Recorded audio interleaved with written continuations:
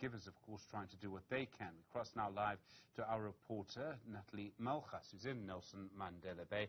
Natalie, good afternoon to you. Good to talk to you on Newsfeed. What are you able to tell us there? Well, Stephen, I'm actually standing in what's expected to be one of the red zone areas, Galvindale, here in the Nelson Mandela Bay municipality with Gift of the Givers. This is, in fact, the first spot on the premises of a primary school where they've drilled their first borehole in an effort to really try and dig deep as this water crisis deepens in this region. Joining me now is Ali Sablé of Gift of the Givers. Ali, thank you for your time. Let's talk about the efforts that Gift of the Givers has been doing over a few weeks now already. What is happening? Our chairman and founder, Dr. Imtiaz Suleiman, visited the Nelson Mandela Bay Metro last week, and within 3 hours of his visit, we drilled our first borehole here at Alpha Primary School. At the school, we have 2 successful boreholes, which can provide the community around this area 200,000 litres of water per day. This area lies in one of the red zone areas identified with the municipality, and one of the major stresses of the principal was not having the clean drinking water into the school premises, and they were scared the school had to have to close half days or shut down for the day because of no drinking water. With that, with this borehole here, we put taps out for the communities on the east side and west side.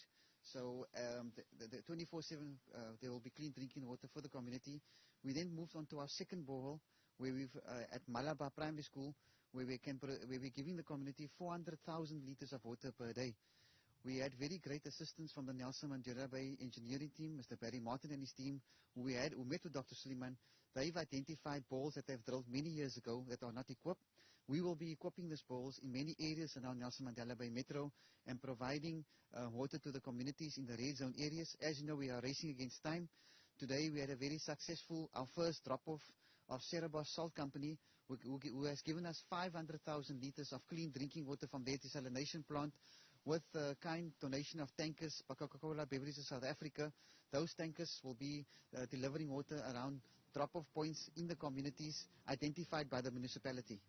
Earlier today, Ali, we also visited an old age home in an area called Lorraine. What are some of the calls that Gift of the Givers has been receiving over the last few days of people quite literally begging for help? We've been inundated with calls since we've set ground here in Nelson Mandela Bay Metro, even before that. One of the major concerns is from physically and mentally challenged homes. As we know, we cannot expect a physically or mentally challenged person to stand in the line for clean drinking water. Many of their tanks are empty, so we've made emergency bottled water available for these institutions, which we have worked out because that's one of the major stresses. You know, the nurses telling us and the caregivers telling us if there's no clean drinking water, if there's no water accessible, they get bed sores, and in terms of TB hospital, prolong their healing period. So and in some of the areas that there's not accessible water and where there's a large amount of people in the institution, we will be providing them with JoJo tanks to provide water into the institutions and for taps outside for the communities as well. We are continuing drilling. We are now 6 boreholes already. We've drilled one at the biggest TB hospital around here. We move into other areas as Betheldorps, etc. So our aim is to drill 30 boreholes. That depends how funding has come in, and we will be distributing close to over 120 JoJo tanks to various parts of the community as well.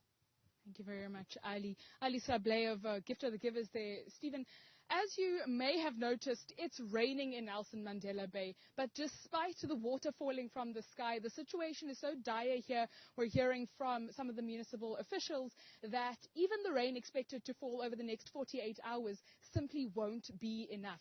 Right now, the call is for for water consumers to reduce their consumption, because consumption is still well in excess of 54 million litres over the target every day. So there's a big drive by the municipality now to really just drum home that message of reducing consumption, and reducing consumption.